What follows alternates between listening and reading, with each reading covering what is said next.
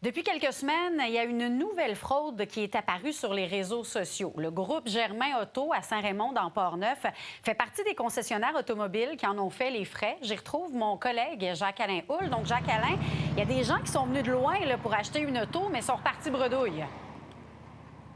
Oui, tout à fait, Lisa Marie. Depuis 2 semaines environ, là, il y a des gens qui arrivent ici au concessionnaire Germain Chevrolet de Saint-Raymond, d'un peu partout au Québec, en Ontario, qui disent venir chercher un véhicule. Il y a quelqu'un qui est parti de Val-d'Or, un autre de Toronto pour venir chercher son auto. Mais le problème, c'est qu'en arrivant ici, on se rend rapidement compte que le véhicule n'est pas là. Les fraudeurs vont sur Marketplace, placent une annonce pour un véhicule populaire. On pense à des Honda Civic, des Toyota RAV4, des véhicules hybrides qui affichent un prix plusieurs milliers de dollars sous le marché. Le client prend donc contact avec eux et les fraudeurs assurent que l'auto est chez un concessionnaire de confiance. On n'a qu'à leur faire un dépôt de 1 000 et on fera préparer l'auto pour le lendemain.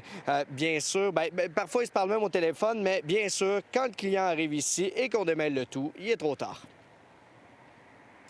On a commencé à en avoir un, deux, trois, des clients qui appellent, des clients qui se pointent, qui cherchent un véhicule, qui sont fâchés parce qu'on n'a pas le véhicule. Puis là, ça a été un par jour, deux par jour. Puis là, on est rendu à quasiment 3-4 personnes qui débarquent. Puis il y en a qui ont fait des dépôts, il y en a qui ont donné des montants de 1 000 Ils ont fait de la route de loin, Val-d'Or, Toronto. Fait que là, on essaye de vouloir que ça arrête parce que c'est c'est beaucoup de monde qui font beaucoup de temps, qui font beaucoup de déplacements. Des preuves supplémentaires, Jacques-Alain, comme quoi il faut vraiment être prudent quand on fait des achats là, sur les réseaux sociaux. Oui, tout à fait, Lisa Marie. J'ai parlé avec la Sûreté du Québec qui n'a pas remarqué de hausse de ce genre de fraude. Mais les façons de faire là, sont souvent les mêmes. D'une année à l'autre, ça revient. De son côté, il y a le groupe Germain Auto qui a mis sur son site Web et sur ses réseaux sociaux des avertissements pour que les clients arrêtent de se faire prendre.